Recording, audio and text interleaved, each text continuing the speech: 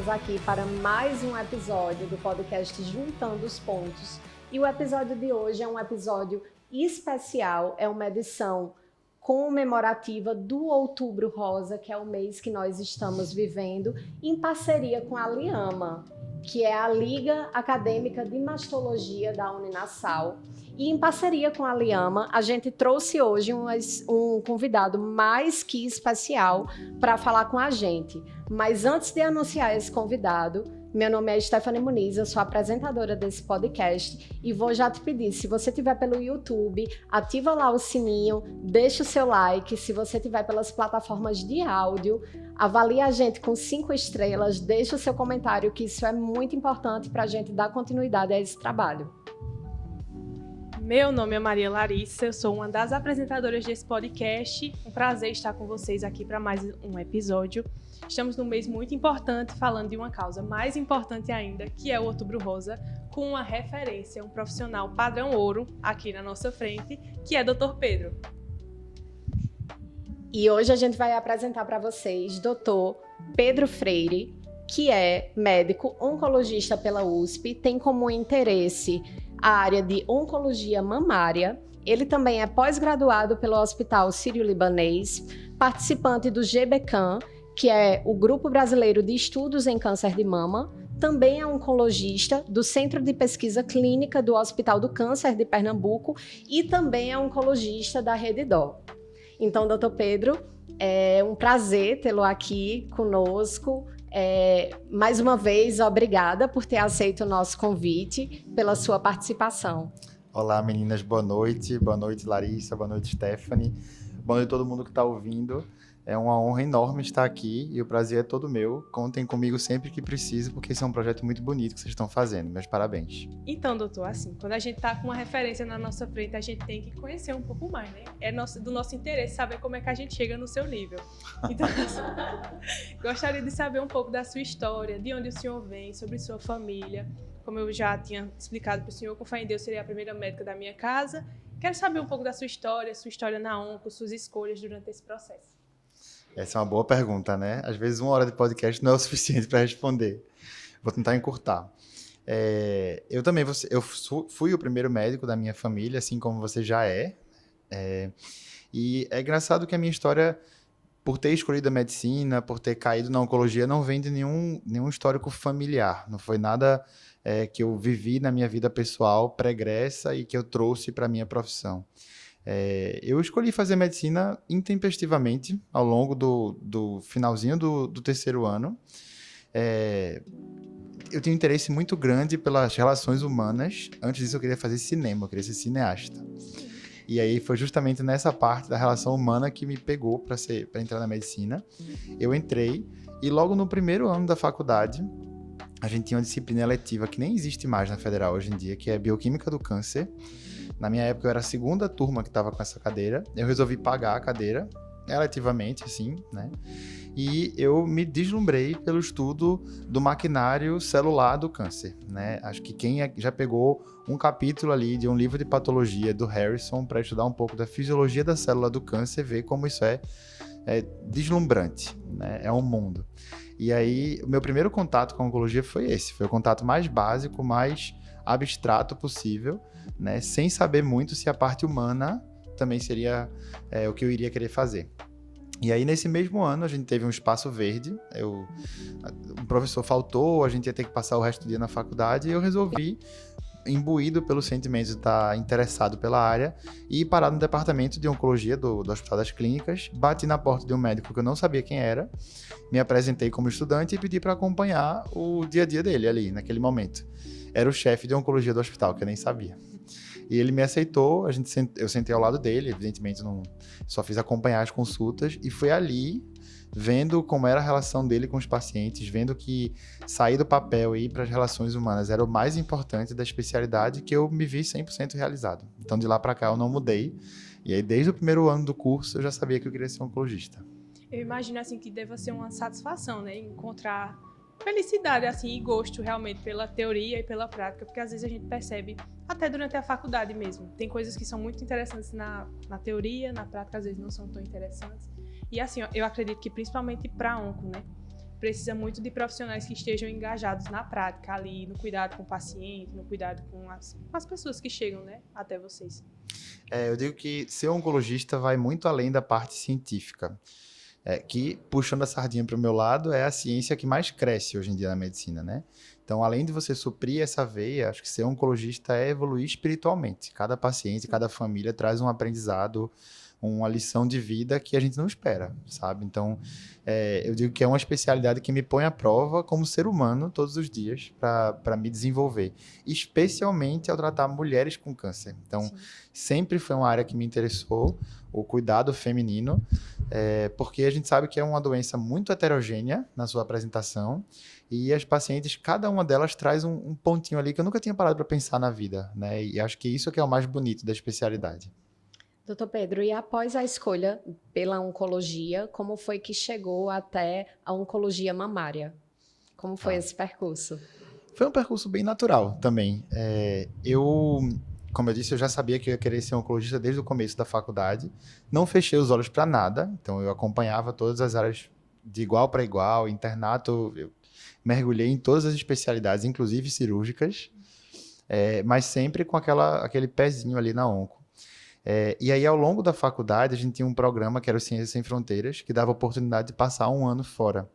E aí eu fiz um intercâmbio de um ano na França, num centro de referência em oncologia mundial, na Europa com certeza, que se chama Institut Gustave Roussy, fica ali em Villejuif, pertinho de Paris. E lá eu passei 6 meses rodando no departamento de tumores femininos e 6 meses de tumores torácicos. Não sei se pelo contraste com o tórax, que é um outro cenário de tratamento, eu me vi absolutamente apaixonado pelo cuidado de pacientes femininas com câncer, especialmente câncer de mama. Então, ainda na faculdade eu já sabia que eu queria fazer isso para a minha vida. Muito interessante, doutor. E assim, trazendo agora uma curiosidade própria em relação ao seu intercâmbio, algumas diferenças assim que o senhor percebeu de tratamento, assim, de como lidar com o paciente em relação ao que acontece aqui e ao que acontece lá? É bem diferente em alguns aspectos. E por outros é bem parecido também. Não sei se vocês lembram da fase de saúde coletiva da faculdade, que o nosso sistema de saúde, ele é muito parecido com o sistema francês. Inclusive o nome do francês é a mesma coisa, chama SUS, né? Pela mesma sigla, que é um sistema universal público. Então lá uma coisa que me chamava muita atenção é que eram raríssimos os centros privados, então mesmo a classe média alta, era tratada no SUS como qualquer outro, que é uma coisa que não acontece tanto aqui, né? Mas o dia a dia do médico com o paciente, eu não achava que era tão diferente assim, sabe? Não sei se era pelo viés que eu estava num centro de referência de pessoas que eram dedicadas àquilo apenas, mas a relação médico-paciente não era uma relação fria como a gente imaginaria de um europeu. Eles eram realmente muito calorosos, tinham toda uma equipe multidisciplinar para apoiar a paciente. É um hospital que eu admiro muito e que, inclusive, eu tenho planos de voltar futuramente, quem sabe, para mais uma formação por lá. Que bom. Interessante também o senhor comentar sobre essa questão que às vezes a gente imagina, né, que o europeu é um pouco mais frio, das oportunidades que eu tive de ouvir, principalmente nessa época, né, de Outubro Rosa, que todo mundo volta os olhos para essa causa. Sempre é com um aspecto muito humanizado. Não sei se é porque a gente, assim, eu tive bons profissionais para ouvir, mas é sempre num aspecto muito positivo, assim, até mesmo falando assim de esperança. Hoje em dia é um dos cânceres que é mais diagnosticado, né, em todo mundo. Acredito que muito por conta da campanha, né. Importante a gente falar também sobre rastreio, mamografia, autoexame. O senhor vai comentar também mais com a gente. Mas é interessante sempre ver esse aspecto da humanização do cuidado aqui no Brasil, né, que é onde a gente tem mais contato. Sem dúvida nenhuma. Acho que não tem como dar um diagnóstico desse e a gente não ter técnicas, né, soft skills de comunicação.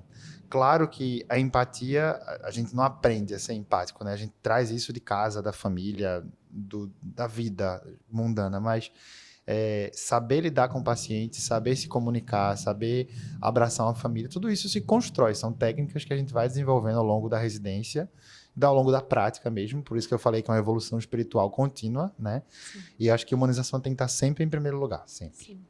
E nesse papo, doutor Pedro, é claro que a gente vai falar de rastreio, de diagnóstico, onde entra a mamografia, onde entra o autoexame, mas antes da gente entrar nesse assunto, com relação às pacientes mesmo, na prática, como é que funciona? Como é que elas chegam até você? Para o oncologista, especialmente, essa paciente já vem de uma jornada que às vezes até demora um pouco, né? É uma paciente que, no geral, tem um ginecologista que ela acompanha por uma questão de saúde geral, né? Algumas já têm um acompanhamento conjunto com o mastro, por alguma alteração palpável, algum nódulo que ela faz exames periódicos, enfim. E é só no momento em que ela diagnostica um câncer, mediante uma biópsia, porque diagnóstico de câncer, especialmente câncer de mama, precisa de um histopatológico, é que o mastologista encaminha essa paciente para a gente. Até pouco tempo atrás, e por pouco tempo, leia-se 10 anos, não é tanto tempo assim, essas pacientes eram quase todas operadas upfront, elas passavam por uma cirurgia, e apenas depois da cirurgia é que o mastologista encaminhava essa paciente para o oncologista. Mas cada vez mais a gente está vendo uma mudança de paradigma na oncologia mamária, que é de pensar em tratamentos pré-operatórios, tratamentos neoadjuvantes, que a gente chama, que podem, inclusive, mudar os desfechos cirúrgicos da paciente. E eu acho que das especialidades cirúrgicas, talvez a mastologia seja aquela especialidade que mais evoluiu nesse conhecimento da oncologia. Então, hoje em dia, os mastros são muito nossos parceiros, são eles que mandam os pacientes. A importância de caminharem juntos, não é? Caminhar junto desde o momento zero, né? Eu tenho uma grande amiga minha, mastro, que diz assim que ela não opera nenhuma paciente sem que o oncologista veja antes, porque ela pode estar privando a paciente da chance de um tratamento que poderia ser melhor antes de operar, né? Então, via de regra, todas elas vêm pelo mastro mesmo. E nesse momento que o paciente se direciona até você, no aspecto psicológico, questão de medo, como é que a maioria das pacientes se apresentam? É uma primeira consulta difícil, essa, indigesta, vamos dizer assim. Câncer de mama é o câncer mais comum da mulher, né? 1 em cada 8 mulheres ao longo da vida vai desenvolver um câncer de mama. Essa é uma estatística mundial, é uma estatística brasileira, e a incidência parece estar aumentando um pouquinho nos últimos anos, especialmente nas pacientes mais jovens. E isso abre a possibilidade para diversos cenários de doenças diferentes. A gente tem uma paciente muito jovem, pré-menopáusica, nuligesta, que vai ter que organizar o planejamento familiar. A gente pode ter uma paciente perimenopáusica, que já tem os seus filhos, já está entrando na terceira idade, diagnostica a doença. A gente tem a paciente pós-menopáusica, idosa, mais frágil. Então, é individualizando para cada um desses cenários que a gente consegue guiar como essa primeira consulta.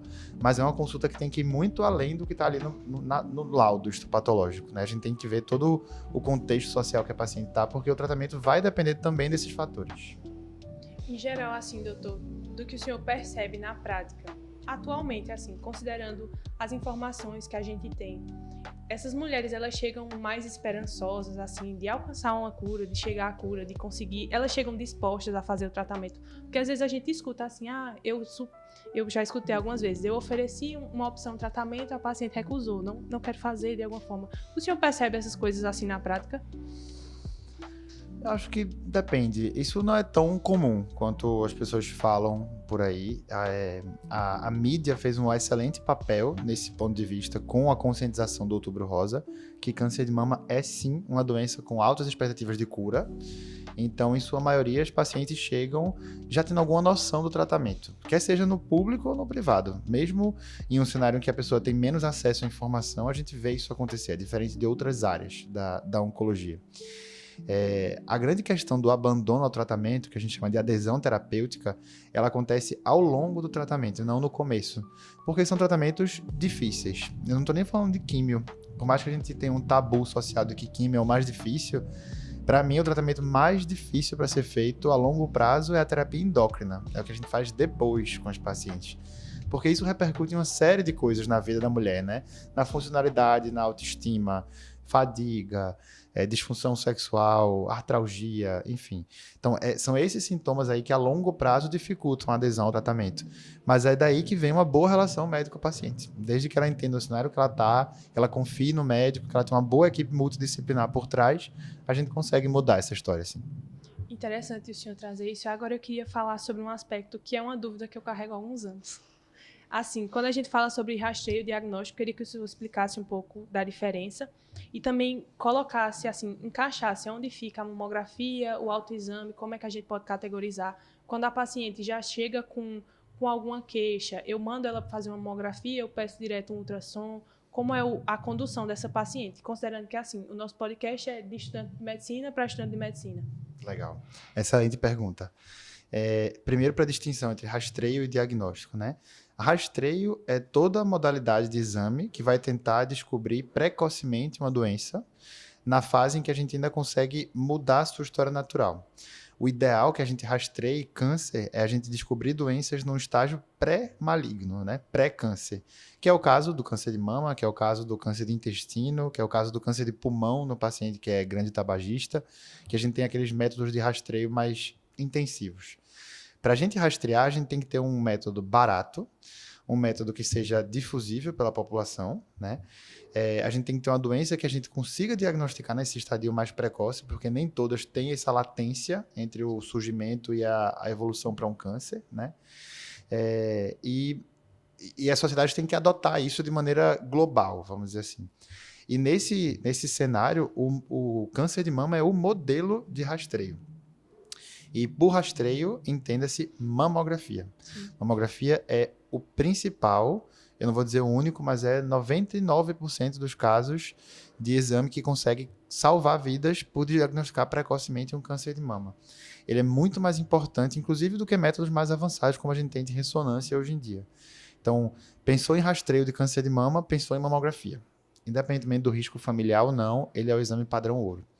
Daqui a pouco eu falo das idades dele, mas para falar de diagnóstico, já puxando o gancho do que eu disse antes, diagnóstico de câncer, em sua maioria, quase 100% dos casos, é um diagnóstico histopatológico. Então, ele prescinde da aquisição de material histológico. A gente tem que biopsiar a alteração, tem que ter um patologista que veja para me dizer qual é o nome e o sobrenome daquilo. E na hora que ele vê que aquelas células atípicas romperam a membrana basal, que é o que define câncer, né? A invasividade do corpo é que a gente diz que aquela paciente tem um câncer de mama, um câncer de intestino, onde quer que seja. Certo.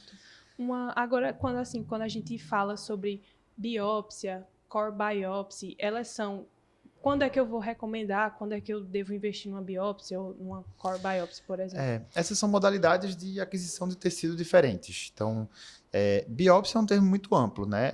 Significa pura e simplesmente retirar um tecido do corpo para ser estudado no microscópio. Então, pode ser por core biópsia, pode ser por mamotomia, que é uma prática que vem sendo um pouco mais empregada ultimamente, é uma prática que tira um pouco mais de tecido.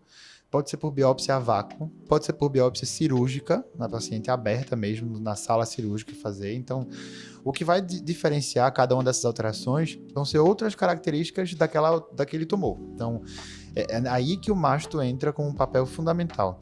Às vezes a gente tem um nódulo realçando, um nódulo heterogêneo, circunscrito, que é mais fácil da gente ir lá no centro dele e fazer uma core biópsia. Às vezes a gente tem uma região na mama que é um realce não nodular, não é bem um nódulo, é uma alteração difusa do parênquima, como é o caso dos carcinomas lobulares, por exemplo. Ali, o mastologista pode pensar num outro tipo de biópsia, que tire um pouco mais de tecido, como uma mamotomia, e por aí vai. Então, tudo isso vai depender muito do exame físico e da alteração que ele achar no exame de imagem. Certo. No caso, o autoexame, como é que ele entra nessa história? Porque a gente ainda fala tanto em autoexame. Eu queria que o senhor explicasse para o nosso público. Ótima pergunta. Nessa fase do Outubro Rosa, a gente vê um avalanche de posts nas redes sociais, de gente dando entrevista na televisão, trazendo a importância do autoexame. Ponto fundamental para se tocar aqui. Autoexame não é rastreio de câncer de mama. Ponto. A gente não deve encorajar autoexame como sendo uma modalidade de rastreio de câncer de mama, porque isso pode colocar a mulher numa armadilha muito grande.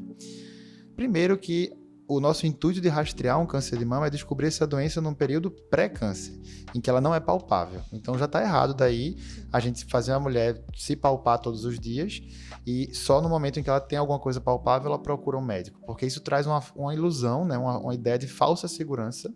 Se ela não tem nada palpável, tá tudo bem, não vou ter que fazer o meu exame de mamografia. Esse é o primeiro ponto. E segundo, que algumas doenças, elas surgem sem ter um nódulo palpável. Como eu falei, um realce não nodular, às vezes pode tomar todos os quadrantes da mama e a mulher não sente no autoexame. Então, eu digo que o autoexame para os pacientes é uma forma importante de você conhecer o seu próprio corpo, saber se ele tem uma alteração ou não, se tiver, procurar um profissional de saúde, mas ele não deve, em hipótese alguma, substituir a mamografia, que deve ser feita anualmente. Mamografia é o exame de rastreio que salva vidas, não é autoexame. Interessante o senhor falar, né? Porque mostra a importância do autoexame, mas também destaca que a mamografia é o padrão ouro do rastreio, né? Isso. Às vezes tem até um professor da gente que fala assim, quando vocês estiverem em contato com mulheres, perguntem, já fez sua mamografia esse ano? Porque às vezes as pessoas pensam, fiz há 3 anos, estava tudo bem, não vou fazer mais, daqui a 3 anos eu faço outro. E é importante fazer periodicamente, né? E queria que o senhor falasse sobre isso também, periodicidade, idade, quando começa, quando termina. Joia, perfeito. Em relação à periodicidade, o primeiro ponto que a gente tem que ter na consulta é estabelecer qual é o risco daquela paciente ter câncer de mama. 92, pouco mais de 90% dos casos de câncer de mama são esporádicos, eles vêm sem nenhuma história familiar. Vem por alguma causa que a gente não conhece, né? Na medicina, quando a gente diz que é esporádico, em sua maioria, porque a gente não sabe ainda determinar qual foi o fator de risco daquilo ali. Ou seja, a minoria dos casos são casos hereditários, que têm uma predisposição genética hereditária a ter câncer. E essa distinção entre os casos que podem ser hereditários e os casos que são esporádicos vai ajudar a gente a guiar qual vai ser a forma de rastreio que a gente faz para a mulher. Na população geral, que é a maioria das pacientes que a gente está falando, a recomendação de rastreio da gente é a partir dos 40 anos de idade, com mamografias anuais, até pelo menos 65 anos. Essa data final de rastreio é uma data muito discutível, porque a gente está vendo a sociedade hoje em dia se tornar mais longeva, né? Então, a gente não tem mais um etarismo de antigamente, de que 65 anos é uma data fatalista para o paciente estar próximo a morrer. Então, naquela paciente com 65 anos, que tem um excelente status de performance, que tem uma boa expectativa de vida, a gente vai continuar rastreando o câncer de mama, porque a gente ainda pode mudar a história dessa paciente se descobrir um câncer precocemente. Então, essa é a recomendação para a população geral, a partir dos 40 até pelo menos 65 anuais. Essa é a recomendação da Sociedade Brasileira de Mastologia, da Sociedade Brasileira de Oncologia Clínica, do Colégio Americano de Cirurgiões, de todos os guidelines internacionais, mas não é a recomendação do Ministério da Saúde. O Ministério da Saúde faz uma recomendação que a gente considera antiga, a partir dos 50 anos, então ele dá esse gap aí dos 40 aos 50 anos de pacientes descobertas, e ele recomenda que o exame seja feito bianualmente. Então, a paciente faz 1 ano, se tiver tudo ok, 2 anos depois ela repete. E isso é um problema, porque a gente sabe que naquela população que está entre 40 e 50 anos, cerca de 15 a 20% dos casos de câncer de mama vão ser perdidos, né? A gente está vendo o aumento da incidência na mulher mais jovem. E fazer um exame bianual, o risco da mulher perder um desses exames e fazer um intervalo muito mais longo é muito maior. Então, não é o que a gente recomenda na prática clínica. Inclusive, com relação a essa recomendação do Ministério da Saúde, existe a recomendação para quem tem histórico familiar de uma idade diferente da que não tem histórico familiar. Não Excelente. é isso, doutor? Isso. Pelo histórico familiar, é que a gente puxa um pouco mais para cedo essa recomendação de rastreio, quer seja pelo Ministério ou pelas sociedades. Então, quando a paciente tem um histórico familiar, a gente tem que avaliar qual é esse histórico, qual foi o câncer que ela teve, qual foi a idade de diagnóstico daquele familiar que foi acometido. Foi um câncer de mama aos 35 anos, é totalmente diferente de uma tia que teve um câncer de mama aos 80. Então, a gente vai levar em consideração isso. Tem algumas calculadoras de risco que a gente pode colocar para estimar o risco que aquela paciente tem pela família de desenvolver o câncer. E, geralmente, a gente adota uma maneira de rastreio de começar cerca de 5 a 10 anos antes do diagnóstico mais precoce daquela família. Isso de maneira muito geral. A gente vai ter que individualizar isso caso a caso pelas calculadoras de risco. Nessa população de alto risco, ou porque tem uma história familiar muito forte, ou porque na família já tem uma mutação conhecida que aumente o risco de câncer de mama, então, nesse grupo de pacientes, a gente faz o rastreio com 2 métodos anualmente. A gente faz uma ressonância e uma mamografia intercaladas por 6 meses cada uma.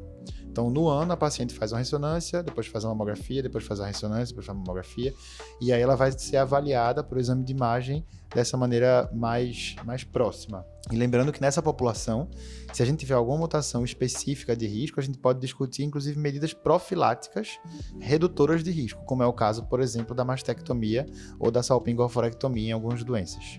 Se eu não me engano, o que o senhor acabou de falar entra muito no caso de Angelina Jolie, né? Exatamente. Mutação no BRCA1, BRCA2. Isso, exatamente. Aí, uma pergunta voltada para isso, assim, no SUS, considerando, por exemplo, uma paciente que chega com histórico de tia, mãe, vamos falar mais especificamente, é mãe, irmã, tem outra irmã com câncer de mama também. É fácil ter essa disponibilidade de pesquisar o gene BRCA1, por exemplo? Infelizmente não. Esses não são testes que são disponíveis no SUS. Mesmo no privado, a gente encontra algumas dificuldades com as seguradoras, sabe? Ou a gente consegue fazer só painéis muito enxutos, muito pequenos de genes. Então, mesmo no privado, não é uma realidade que a gente tem disponível no Brasil para todo mundo, mas eu costumo indicar isso para todas as minhas pacientes do SUS. Essa é uma conversa que eu tenho na primeira consulta, especialmente naquelas famílias que são agregados familiares maiores, porque eu acho que a minha função é que o paciente pelo menos saiba que isso existe. Esses eram testes que no passado eram proibitivos, o preço era muito alto para pagar. Hoje em dia eles ficaram mais baratos e alguns laboratórios, inclusive, dão desconto para paciente que vem do SUS. Então, às vezes, a gente não passa isso para o paciente, achando que ele não tem condições de pagar, e ele consegue se organizar, tem a família que faz alguma coisa. No caso do câncer de mama, especificamente, por ser uma doença muito comum, que a gente estuda muito, a gente já sabe os fatores de risco do câncer de mama. Não significa que, ao controlá-los, a gente vai zerar o risco, mas a gente consegue diminuir muito o risco do câncer. E eu acho que é com esse tipo de estratégia, conscientização da população, dar o exemplo, é que a gente consegue chegar mais perto daquele paciente mudar o seu estilo de vida, né? E falando de fatores de risco em câncer de mama, que eu acho que vai muito nesse encontro, nesse projeto de vocês, são medidas de estilo de vida saudáveis. Então, parece brincadeira, mas a gente tem evidência científica no mais alto nível, né? Evidência de meta-análise, evidência de estudos randomizados, grandes, robustos, mostrando que redução da ingesta alcoólica, cessação do tabagismo, exercício físico regular por pelo menos 150 minutos por semana, atividade de moderada a forte intensidade, perda de peso, combate à obesidade, todos esses fatores reduzem de maneira importante o risco de câncer de mama. Alguns deles, inclusive, têm magnitude de redução maior do que alguns tratamentos que a gente indica. Então, eu digo às pacientes que na hora que as pacientes chegam para mim já com câncer de mama, assim como eu prescrevo um tratamento, eu estou prescrevendo essas alterações, porque isso é obrigatório. E para quem não tem, isso é muito importante para tentar diminuir essa cascata da chance de desenvolver um câncer futuramente. E é bom trazer esse tópico assim, né, doutor? Porque esse tema ele é muito envolto de várias fake news, vários mitos, assim. Aí muita gente fala de amamentação, desodorante com alumínio, provoca câncer, mamografia, a radiação da mamografia. O senhor poderia falar um pouco mais pra gente sobre isso? Infelizmente, a gente está num momento difícil da sociedade, né? Que todo mundo tem opinião, todo mundo consegue expressar sua opinião livremente e nem sempre essa opinião é embasada de maneira científica, né? E aí a gente vê atrocidades serem cometidas, como essas que você falou. Mamografia não causa câncer de mama. Esse é um dos principais mitos que a gente vê as pessoas falarem, porque é um exame de radiação e aí o leigo acha que aquela radiação repetidamente vai aumentar o risco de câncer de mama. A gente mora nos trópicos, gente. A gente é exposto a um nível de radiação ultravioleta muito parecido com a mamografia todos os dias. A mamografia em si não vai aumentar o risco pessoal de câncer de mama, já que a gente não vive 8.000 anos para frente, né? A gente vive 90 a 100. Então, não existe nenhum estudo que tenha demonstrado aumento de risco de câncer de mama por mamografia. E esses outros mitos de amamentação, por exemplo, são, na verdade, contrários, né? A amamentação é um dos principais fatores protetores para câncer de mama. Faz parte da minha anamnese para toda paciente perguntar se ela amamentou, por quanto tempo ela amamentou, porque isso faz a gente até entender a biologia daquela doença, assim, em que cenário ela surgiu. Esses fatores que eu estava falando de risco para câncer, eles têm muito relação com a via do estrogênio. Então, tudo aquilo que está no meio de um hiperestrogenismo, que aumenta a exposição do parênquima mamário ao estrogênio, aumenta o risco de câncer de mama, já que a gente sabe que a maior parte dos cânceres de mama são receptores de estrogênio positivos. Então, a paciente que tomou anticoncepcional por muito tempo na vida tem um pouco aumento do risco de câncer de mama. Aquela paciente que fez reposição hormonal depois da menopausa aumenta o risco de câncer de mama por essa exposição. A paciente obesa, porque a obesidade transforma o colesterol em estrona na gordura periférica, que é um tipo de estrogênio, então ela tem mais exposição. E aí tudo que faz uma redução dessa cascata de hiperestrogenismo, que é o caso, inclusive, da amamentação, né, por diminuir a ovulação, diminui essa exposição da mama a tanto tempo de estrogênio. Então, é muito importante que a gente conscientize a paciente. E eu acho que uma coisa legal na consulta é explicar a ela a fisiopatologia. A gente tem muito paciente orientado que entende isso. Na hora que ela entende que na obesidade ela tem mais estrogênio e isso pode estar alimentando o câncer, ela dá uma acordada para mudar um pouco o seu estilo de vida, entende? E se atentar também desde o princípio, né, assim, a como vai ser levado, até quando a gente estuda assim mesmo, teoricamente na faculdade, né? Muitas coisas são contraindicação absoluta ao câncer de mama, principalmente por exemplo, anticoncepcional combinado, terapia de reposição hormonal que usa estrogênio, eles sempre botam uma observação assim bem grande. Acho que pra gente, como generalista, já ir construindo na nossa cabeça, né? Isso aqui não pode, é proibido. E assim, importante pra gente ver no futuro, né? Quem são as pacientes que vão chegar? Quem é que... É igual tem um professor da gente sempre fala, quem é que não vai atender uma grávida como generalista? Você tem que saber o básico. Então a gente precisa saber o básico, né? Por isso que é tão importante falar sobre o tema. Sem dúvidas. Inclusive, gestação e câncer de mama é um dos tópicos que estão mais em alta ultimamente, né? A gente tem que, assim como eu estava exemplificando aqueles casos para vocês, tem que entrar na equação a questão da fertilidade, a questão de quando gestar. É um cenário raro, mas pode acontecer a paciente grávida descobrir um câncer de mama, então a gente tem que saber tratar também. Isso aí tudo entra no cenário, né? Sim. Eu queria que o senhor trouxesse assim pra gente uma perspectiva enquanto futuro generalista do que o senhor acha que a gente pode abordar mais com essa paciente e como direcionar ela, o que fazer, quais são os próximos passos. A paciente que descobriu um câncer de mama, você diz? Descobriu um câncer de mama. Acho que o primeiro ponto é acolher. Não é um momento fácil. Geralmente o profissional que está na ponta, naquele momento do diagnóstico, é o profissional que tem que ser mais sensível, tem que saber lidar melhor, porque quando essa paciente chega para mim, ela já passou por alguns profissionais, ela já conversou com vizinhos, ela já viu no Google, ela não recebe o diagnóstico de mim, né? Então, acho que todo mundo tem que ter essas técnicas de comunicação e o profissional generalista, ou o ginecologista, ou o mastro, que está ali no momento do diagnóstico, vai ser um momento que essa paciente nunca mais vai esquecer. Então, é muito importante que você tenha aptidão para lidar com isso. Depois da acolhida, acho que o próximo passo é mostrar que existem planos para isso. Que essa é uma doença que evoluiu sobremaneira, sem querer puxar a sardinha para o meu lado, mas é a doença que mais evoluiu na oncologia clínica, em termos de tratamento, de cura, e naqueles casos que a gente não consegue curar, de controle a longo prazo da doença. Então, acho que esse é um aspecto importante de se ter na consulta, né?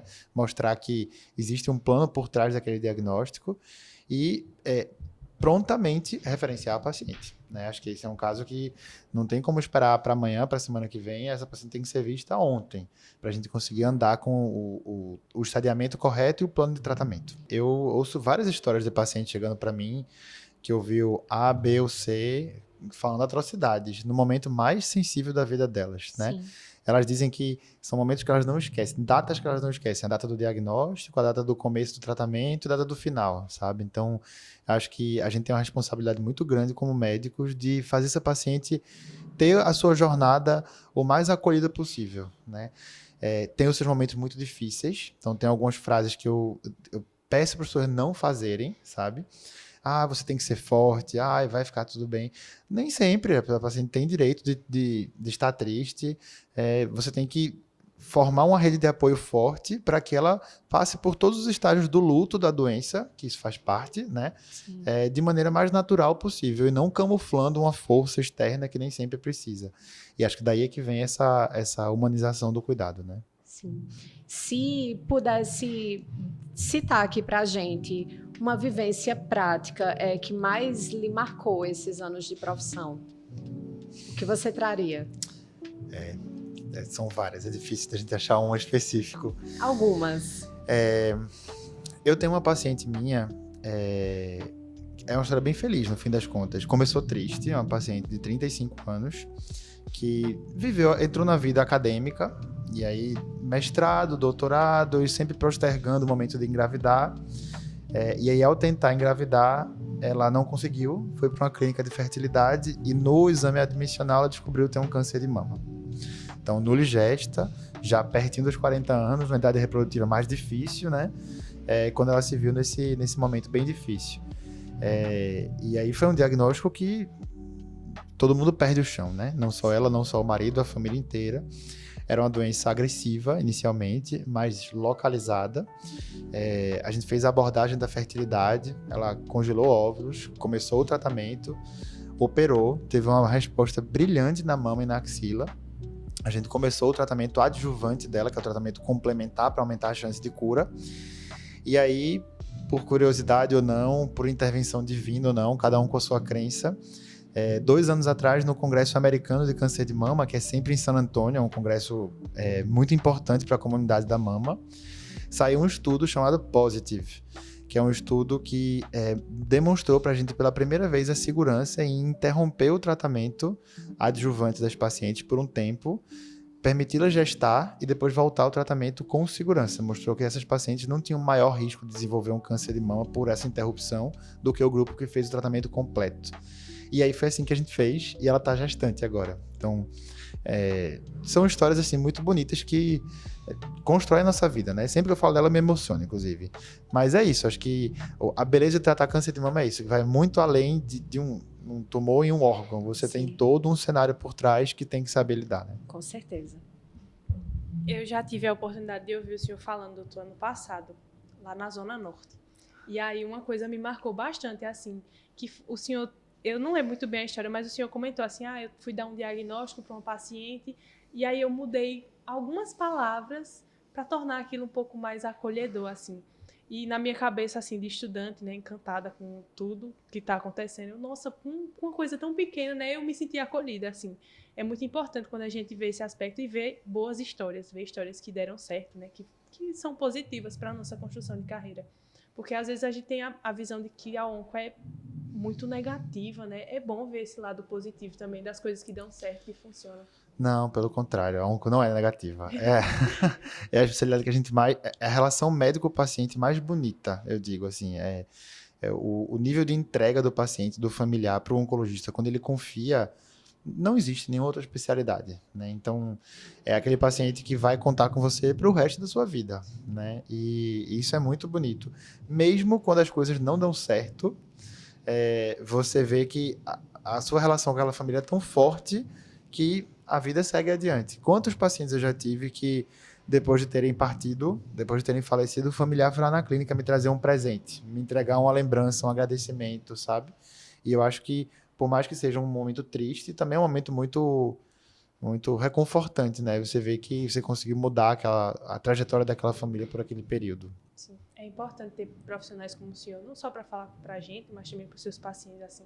Uma honra ter esse episódio aqui com o senhor. A honra é toda muito minha. Bom. Realmente, assim, como eu falei a princípio, é muito bom ver gente que fala de forma apaixonada, porque a gente se encanta também.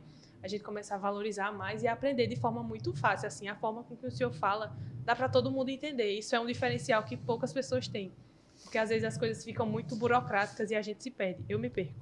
E a forma com que o senhor fala é bem didática, assim, bem fácil de entender e bem fluida, de uma forma que a gente começa a gostar. E quem sabe aí não vem uma mastro aí pela frente. Quem sabe, né? Não vem duas. Ou o oncologista mamária, que é melhor ainda, né?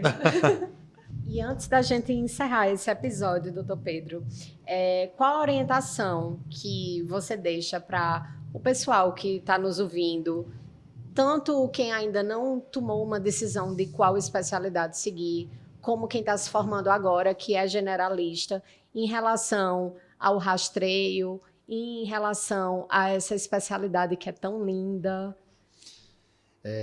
Se for uma orientação para escolher a especialidade, eu acho que é ver na prática. Tá? É fazer como eu fiz, perder o medo.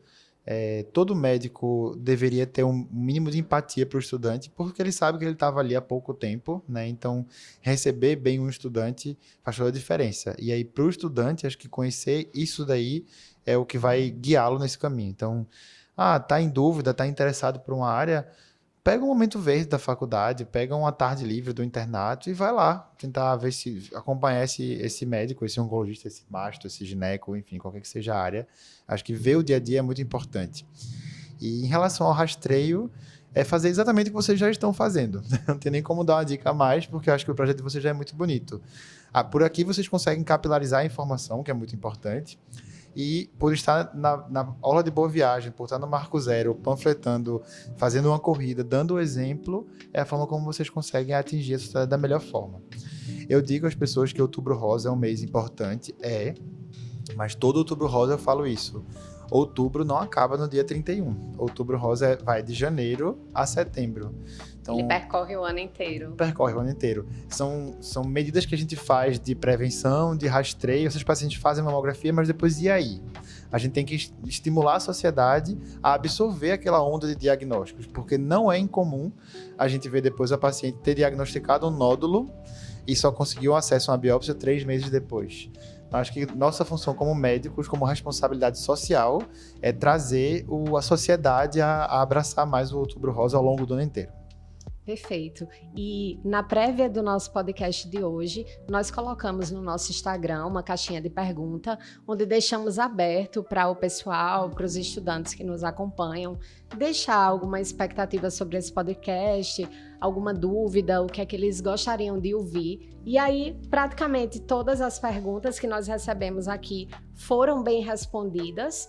E aí eu vou trazer só uma, que é bem interessante. Quem já teve câncer de mama e obteve êxito no tratamento, qual a chance de recidiva?